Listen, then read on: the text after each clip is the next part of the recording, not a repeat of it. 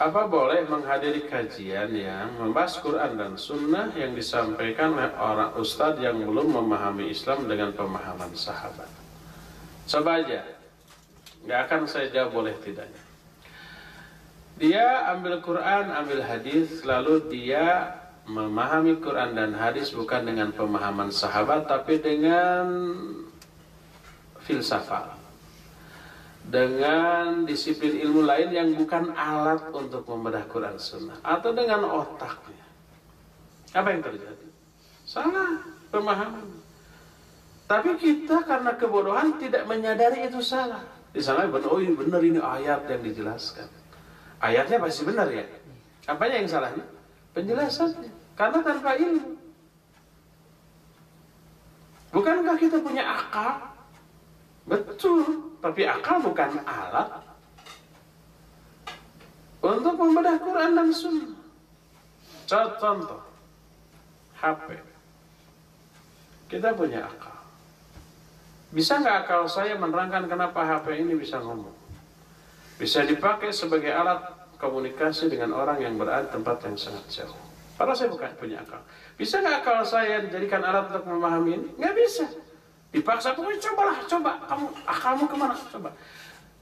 Paling jauh saya akan berpikir, oh kenapa suara saya bisa sampai ke sana? Mungkin dibawa oleh jin. Lalu oleh jin diteriakin ke sana dengan suara yang menyerupai suara saya, paling begitu. Akal bukan alat untuk bisa memahami HP. Lalu bagaimana caranya agar HP ini bisa terfahami? Gunakan akal untuk mempelajari dulu ilmu tentang teknologi komunikasi. Belajar dulu di TB umpamanya. Jurusan apa? Informatika apa? Telkom umpamanya. Nah, setelah akalnya dijejali dengan ilmu itu, baru bukan hanya bisa menerangkan, bisa bikin pabriknya. Kan gitu ya? Akal yang kosong dari ilmu itu nggak bisa jadi alat langsung untuk memahami HP. Coba umpamanya, saya atau kita semua punya akal. Coba terangkan bagaimana pesawat yang ribuan ton bisa terbang, kecepatannya tinggi, mengarungi jarak yang ribuan kilometer. Sementara kita yang cuma puluhan kilogram, loncat sedikit aja jatuh. Bisa nggak akal kita memahami itu tanpa mempelajari teknologi mesin pesawat terbang? Nggak bisa. Kalau dipaksa, pokoknya coba kamu berusaha untuk memahami bagaimana kapal bisa terbang. Paling bawah kayaknya dipangku oleh jin tuh. Kan begitu ya? Nggak nyambung. Bagaimana caranya agar bisa menerangkan? Otaknya dijali dulu dengan ilmu tentang itu. Baru bisa menerangkan, bahkan mungkin bisa buat pesawat. Begitu juga Quran Sunnah. Jangan gunakan otak akal kita langsung memahami Quran Sunnah. Bagaimana caranya agar bisa memahami Quran Sunnah dengan akal kita? Akal kita jejali dulu dengan ilmu tentang Quran Sunnah.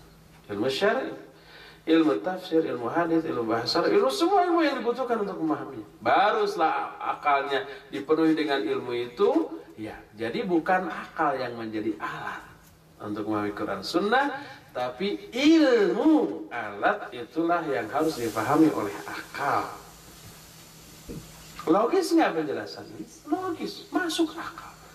Bahkan tidak logis kalau setiap orang bebas memahami ayat masing-masing dengan otak yang kosong. Nggak masuk akal, nggak logis. Masa orang bodoh disuruh untuk memahami secara bebas semau-maunya? Jangankan urusan agama, urusan dunia, urusan kesehatan aja. Kalau berisiat tanpa ilmu tentang kesehatan, keliru. Saya ada pengalaman. Ketika saya kecil, saya punya paman, rahimahullah. Saya mungkin masih TK 2 tahun, 3 tahun gitu ya, diasuh oleh paman saya. Paman saya punya borok di kaki. Basah, kata orang Sunda, jiih. Jiih itu lukanya basah. Ke dokter, nggak dikasih salep karena basah. Dikasih tablet, nih makan 3 kali sehari. Si paman saya ini sebelum makan mikir dia, apa hubungannya borok dengan tablet?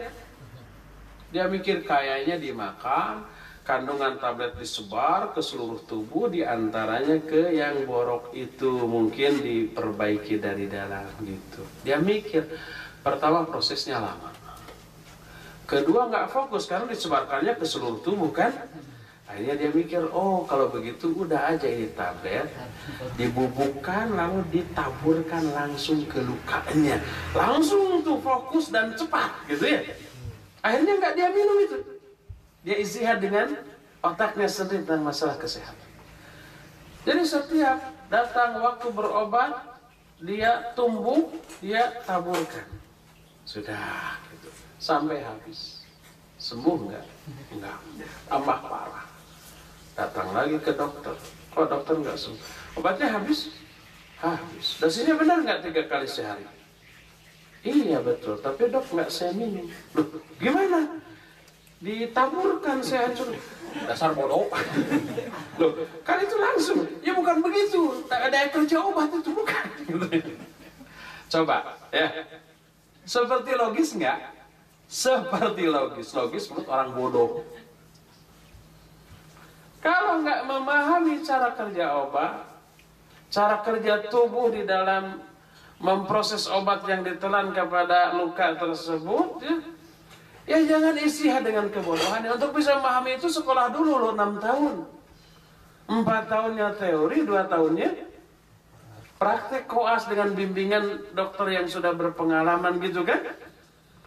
Ini nggak belajar nggak apa, SD pun nggak tamat, langsung istihad dengan obat. Ya ngaco. Itu urusan dunia. Apalagi urusan akhir, urusan akal. Jangan coba-coba istihad dengan diri sendiri, dengan otaknya, dengan kebodohannya. Ya.